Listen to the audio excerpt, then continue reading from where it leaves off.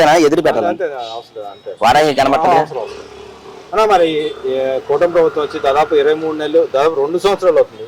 ఈ 2 సంవత్సరాల్లో అసలు రాష్ట్రంలో 100 పైగా విజయాలు సాధించాలని గవర్నమెంట్ చెబుతోంది. అపోజిషన్ అసలు ఏం చేయట్లేదు పదే పదే చెబుతోంది. నిజంగా సాధించారా అసలు ఏం సాధించారు ఈ గవర్నమెంట్ వచ్చిన తర్వాత? 5 సంవత్సరాల్లో వాళ్ళు పీకింది లేదు, చేసింది లేదు. వాస్తవంగా చెప్తున్నాం, తానుగా మాట్లాడుకుందామండి. 5 సంవత్సరాల్లో వాళ్ళు చేసింది లేదు, పెట్టింది లేదు. వీళ్ళు వచ్చిన గవర్నమెంట్ 2 సంవత్సరాల లోపే, ఇంకా 2 సంవత్సరాలు కూడా పూర్తి అవ్వట్లేదు, 2 సంవత్సరాల లోపే ఇవాళ 100 పథకాలు, 100కు పైనే అనేక కార్యక్రమాలు, అనేక అభివృద్ధి పనులు, అనేక అన్ని పనులు విపత్తంగా చేసి పెట్టారు.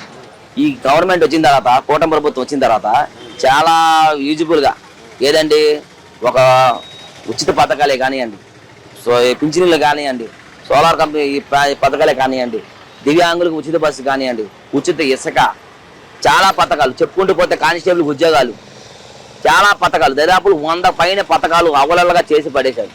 కనీసం వాళ్ళ 5 ఏళ్లలో కూడా కనీసం 1-2 పథకాలు కూడా చేయలేని పరిస్థితి, దౌర్భాగ్యతలో వాళ్ళు ఉన్నారు. వాళ్ళు చేసిన పని ఏంటి? గంజాయి అమ్ముకోవడం, లెక్కలు అమ్ముకోవడం, ఇసుక మాఫియా, ఇయే. ఎక్కడ భూములు ఖాళీ ఉంటే వాళ్ళు కొల్లగొట్టేయడం, మాస్కులు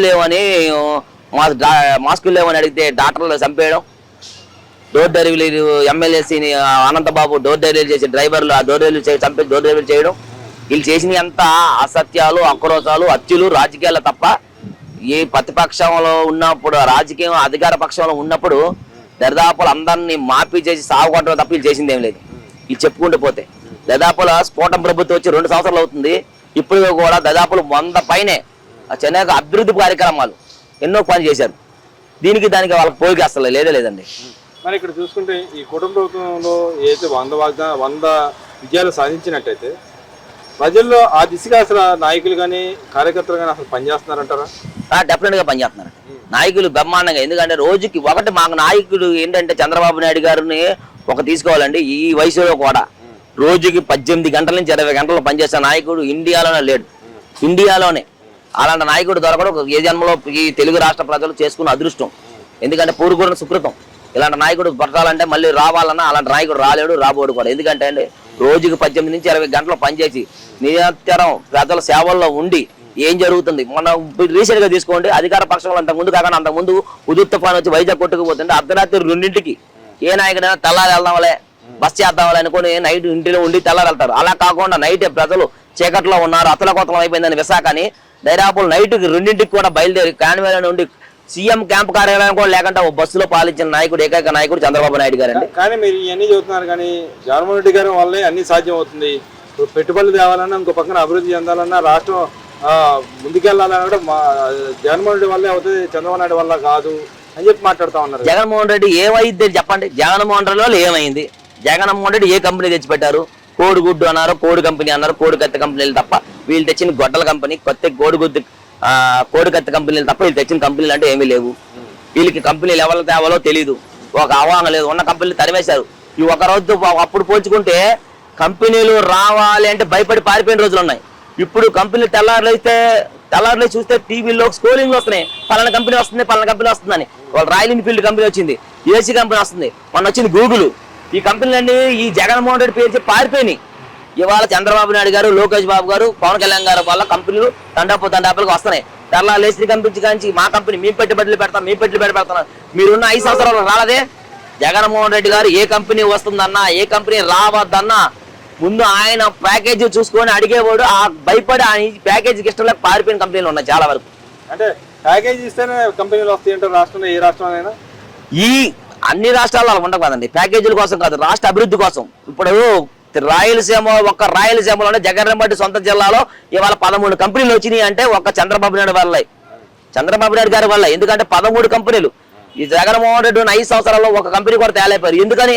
రాయలసీమ మీద నీకు అంత కక్ష ఏంటయ్యా జగన్మోహన్ రెడ్డి? నేను అడుగుతున్నా, రాయలసీమ మీద నీకు అంత కక్ష ఏంటి? ఇవాళ రాయలసీమలో 13 కంపెనీలు పేరుతో సహా చెప్పగలను నేను. 13 కంపెనీలు తెచ్చిపెట్టారు. నువ్వు ఒక కంపెనీ కూడా రాయలసీమ తేలైపోయావు, నీళ్ళు తేలైపోయావు, ఏమి తేలైపోయావు. నువ్వు ఎందుకు ఇంకా జగన్మోహన్ రెడ్డి అంటున్నా? ఇంకా 11 సీట్లు కూడా నీకు రావడం గగనం. ఇంకా నష్టం అది కూడా రావు జనాల్లో. అయితే మీరు అన్నమాట పక్క రాష్ట్రంలో ఫోటో చూపిస్తేనే ఓట్లు గుర్తించారంటే టీవీకి టీవీకి అంత సీనియర్లు ఉంటే టీవీకి ఎప్పుడు అయిపోయేదండి.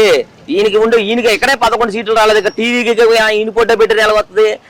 ఏదో ఫంక్షన్ లో కలిసారు, ఆ ఫోటో దిగారు, ఆ ఫోటో పట్టుకొని మా వాళ్ళే గెలిచారు, మా వాళ్ళే ప్రచారం. అది ఎంత అశాపం. ఈ మొన్నటి కూడా నిన్న కూడా సాక్షి టీవీ ఒక ఫేక్ ఆర్టిస్ట్ ని పెట్టి Pawan Kalyan driver Vijay driver seat ఇచ్చి గెలిపించుకున్నాడు. పవన్ కళ్యాణ్ డ్రైవర్ సీట్ ఇవ్వలేదని విజయ్ డ్రైవర్ సీట్ ఇచ్చారంటే ఎప్పటి నుంచో పనిచేస్తాను డ్రైవర్ సీట్ ఇచ్చాడు. నువ్వు డ్రైవర్ నచ్చేసిన నీ పక్కన పెట్టుకుని తిరిగావు. నీకు ఆయనకి ఎక్కడ తేడాయా?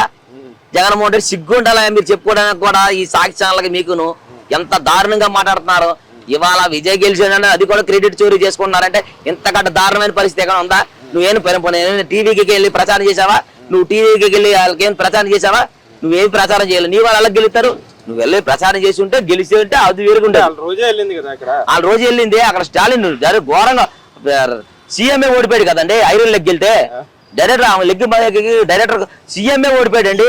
అదే ఐరన్ లెగ్ కాదు, మా పాదం మంచిదంట. ఏంటి ఆమె రాగానే వైసీపీ జరగానే రాజశేఖర రెడ్డి లేపేసింది. ఆమె అడిగట్టి కొన్ని రోజులు కాగానే తల్లిని చెల్లిని బయటకు గెంతేశాడు. రాష్ట్రాన్ని నాశనం చేసేసాడు. ఆమె లెగ్ మామూలు లెగ్ కాదు కదండి. ఆమె ఏం పేరు చెప్తే దానికి ఆపోజిట్ జరిగింది. కేసీఆర్ కలిసింది కేసీఆర్ పాయే, వీడు తెలంగాణ ఈయన కలిసింది స్టాలిన్ పాయే, ఈయన ఇటెళ్తే అక్కడే పాయే. ఏంది దీనివల్ల? లెగ్గు మగమా అమ్మా, నువ్వు జగన్మోహన్ రెడ్డితో చాలా చల్లగా ఉండమ్మా. నెక్స్ట్ ఇయర్ కూడా ఆయన గెలుస్తాడని నువ్వు ప్రచారం చేయమ్మా, చాలా మంచిది. రాష్ట్ర ప్రజలకు కూడా అదే కోరుకుంటున్నావమ్మా. నువ్వు జగన్మోహన్ రెడ్డి 100 ఏళ్ళు దీవిచ్చమ్మా బతుకుండాలని. ఆ పార్టీ గెలవాలని దీవిచ్చమ్మా. నువ్వు దీవులు ఆయనకి చెల్లుతాయి. ఎందుకంటే నువ్వు దీవిచ్చావంటే నెక్స్ట్ ఒకటి కూడా వచ్చింది కదా. ఈమె దీవిస్తే చాలు. ఎందుకంటే లెగ్ మహిమ అలాంటిది. ఐరన్ లెగ్ అని నేను ఎప్పుడు సినిమాలో చూసా గానీ ఇప్పుడు ఇండైరెక్ట్ గా రోజా గారిని చూస్తున్నా. అంత లెగ్ మహిమ. ఎందుకంటే స్టాలిన్ ఒక స్థాయి సీఎం స్థాయి మనిషి ఓడిపోయాడు. అది సెకండ్ ప్లేస్ కూడా కాల, థర్డ్ ప్లేస్ కి వెళ్ళిపోయాడంటే చూసుకోండి మరి ఎంత దౌర్భాగ్య పరిస్థితితో ఈ లెగ్ మహిమ. అక్కడ కూడా వెళ్ళి మరి జగన్ రెడ్డి గారి గురించి ప్రత్యేకంగా ప్రస్తావించింది. ఆయన పథకాల గురించి, ఆయన విజయాల గురించి ప్రస్తావించింది. ఆ దెబ్బ పడింది అంటారా? అదే పడింది డెఫినెట్ గా.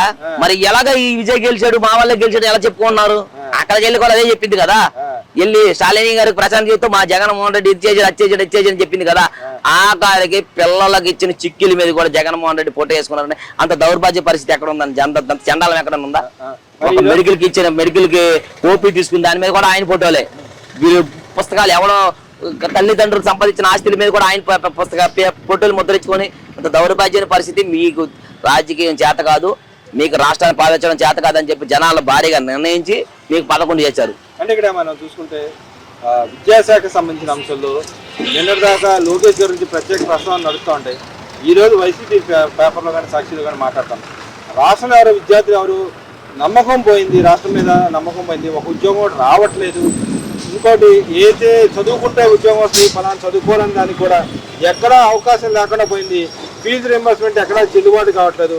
ఎవరో హాల్ టికెట్లు కూడా ఇవ్వలేని పరిస్థితిలో రాష్ట్ర గవర్నమెంట్ ఉంది. వాళ్ళు చాలా బాధపడుతున్నారు, విద్యార్థులు బాధపడుతున్నారని చెప్పి మాట్లాడతాం. నిజంగానే ఆ పరిస్థితి ఉంది అంటారా? లేకపోతే గవర్నమెంట్ స్కూళ్ళు కూడా వెళ్ళి ప్రచార భాగంగా పబ్లిక్ లో ర్యాలీలు తీయటాన్ని అదే జరుగుతుంది అంటారు. ఇక్కడ ఒక మాట చెప్పాలండి. గవర్నమెంట్ స్కూళ్ళు నేను చిన్నప్పటి నుంచి వస్తున్నాను, ఎప్పుడు లేనంత అభివృద్ధి జరిగింది గవర్నమెంట్ స్కూళ్ళల్లో. ఏ పేపర్లైనా చూసారండి గవర్నమెంట్ స్కూల్ యాడ్ చేయడం? గవర్నమెంట్ స్కూల్లో 600కి 596 మార్కులు వచ్చినాయి అంటే ఎక్కడ చూసారా? ఆంధ్రప్రదేశ్లోనే జరిగింది. ఇండియాలోనే 29 రాష్ట్రాల్లో ఎక్కడ జరగల. ఒక్క ఆంధ్రప్రదేశ్ అది లోకేష్ బాబు గారి చొరవతో జరిగింది.